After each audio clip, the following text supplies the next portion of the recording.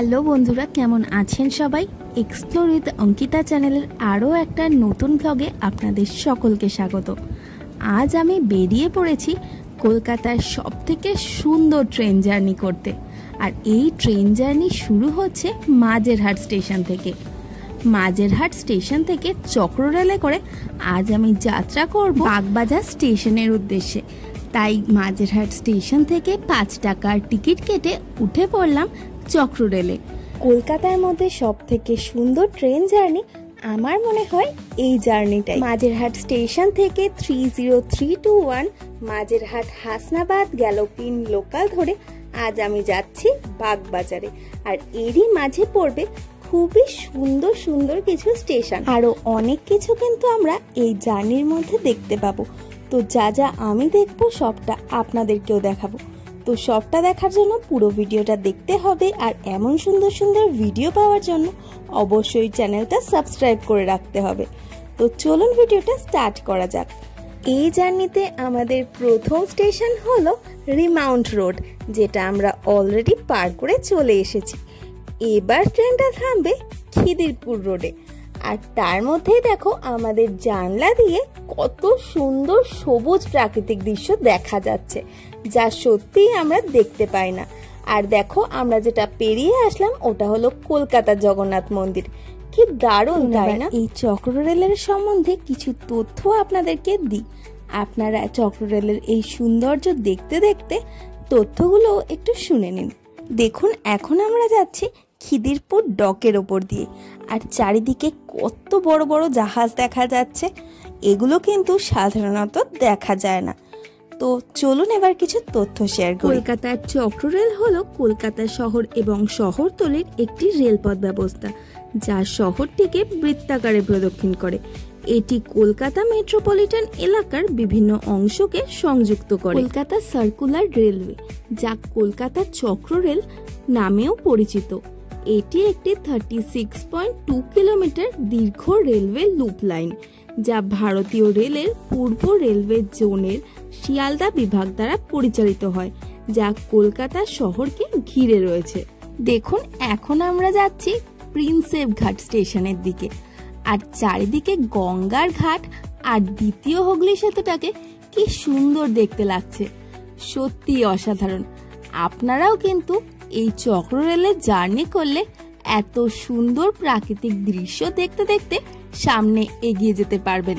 কলকাতাতে প্রথম চক্ররেল শুরু হয়েছিল 11 জানুয়ারি 1875 সালে, এখন থেকে প্রায় 150 বছর আগে। এই দীর্ঘ রেলপথের বেশিরভাগ স্টেশনই অবস্থিত হুগলি নদীর তীরবর্তী অঞ্চলে। কলকাতার অন্যতম প্রধান রেলওয়ে স্টেশন মানে কলকাতা রেলওয়ে স্টেশন এই লাইনেই পড়ে। হাজারদুয়ারি এক্সপ্রেস, মৈত্রী এক্সপ্রেস এবং বন্ধন এক্সপ্রেসের মতো অনেক জাতীয় ও আন্তর্জাতিক দূরপাল্লার ট্রেনের জন্য একটি প্রধান টার্মিনাল হিসেবে কাজ করে এই রেলওয়ে স্টেশন।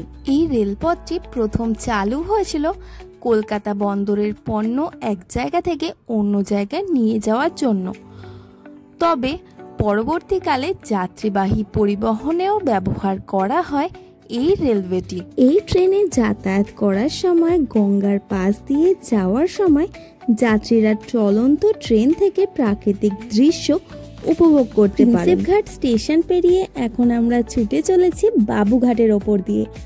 আর দেখুন, এরপর আমরা যে জায়গাটির ওপর দিয়ে যাচ্ছি সেখানে কিন্তু প্রতিদিন সন্ধেবেলা গঙ্গা আরতি হয়। আর এই সংলগ্ন এলাকাতেই রয়েছে বাবুঘাট বাস, যেখান থেকে দেশের বিভিন্ন প্রান্তে দূরপাল্লার বাস যায়। আর এছাড়াও এই সংলগ্ন এলাকাতেই অবস্থিত বাবুঘাট ফেরিঘাট, যেখান থেকে হাওড়া ফেরিঘাট পৌঁছাতে সময় লাগে মাত্র 10 থেকে 15 মিনিট। যদিও বাবুঘাট নামে এখানে কোনো রেলওয়ে স্টেশন নেই। প্রিন্সেপ ঘাটের পরবর্তী রেলওয়ে স্টেশনের নাম হলো Eden garden.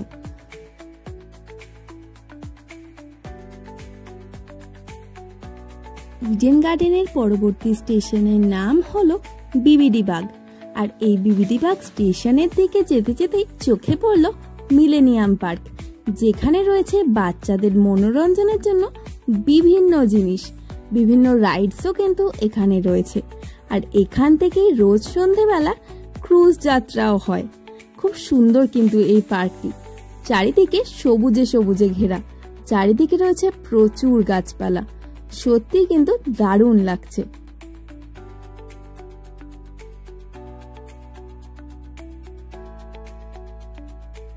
বিবিধি park station cross করার পর আমাদের পরবর্তী স্টেশন বড় বাজার, যেখানে রয়েছে প্রচুর বড় পাইকারি মার্কেট। আর এই স্টেশনের দিকে যেতে যেতেই চোখে পড়ল তোমার আমার সকলের প্রিয় হাওড়া ব্রিজ, যার ওপর দিয়ে আমরা সকলেই গেছি, কিন্তু এই প্রথমবার তার নিচে দিয়ে গেলাম রেলপথে। এর পরবর্তী স্টেশন হলো শোভাবাজার আহিরিটোলা, যার সংলগ্ন অঞ্চলে রয়েছে ভূতনাথ মন্দির, শোভাবাজার রাজবাড়ি, মোটা মহাদেবের মন্দির, আরও নানান অসংখ্য মন্দির। এছাড়াও সুবিস্তৃত গঙ্গার ঘাট তো রয়েছে, যা সকলের মন কাড়ে। এর পরবর্তী স্টেশন হলো বাগবাজার। আর এখন আমরা যাচ্ছি কুমোরটুলি এলাকার সংলগ্ন অঞ্চল দিয়ে। এখানেই কিন্তু দুর্গাপূজার সময় ঠাকুর তৈরি হয়। এখন আমি পৌঁছে গেলাম আজকে আমার গন্তব্য বাগবাজার স্টেশনে। আর এই বাগবাজার স্টেশন সংলগ্ন এলাকাতেই রয়েছে মায়ের ঘাট, যেখানে মা সারদা দেবী রোজ স্নান করতে আসতেন। আর এখানেই রয়েছে বাগবাজার মায়ের বাড়ি, যেখানে কলকাতায় থাকাকালীন মা সারদা দেবী থাকতেন। ভিডিওটা ভালো লাগলে অবশ্যই লাইক, কমেন্ট, শেয়ার করবেন আর চ্যানেলটা সাবস্ক্রাইব করে পাশে থাকবেন।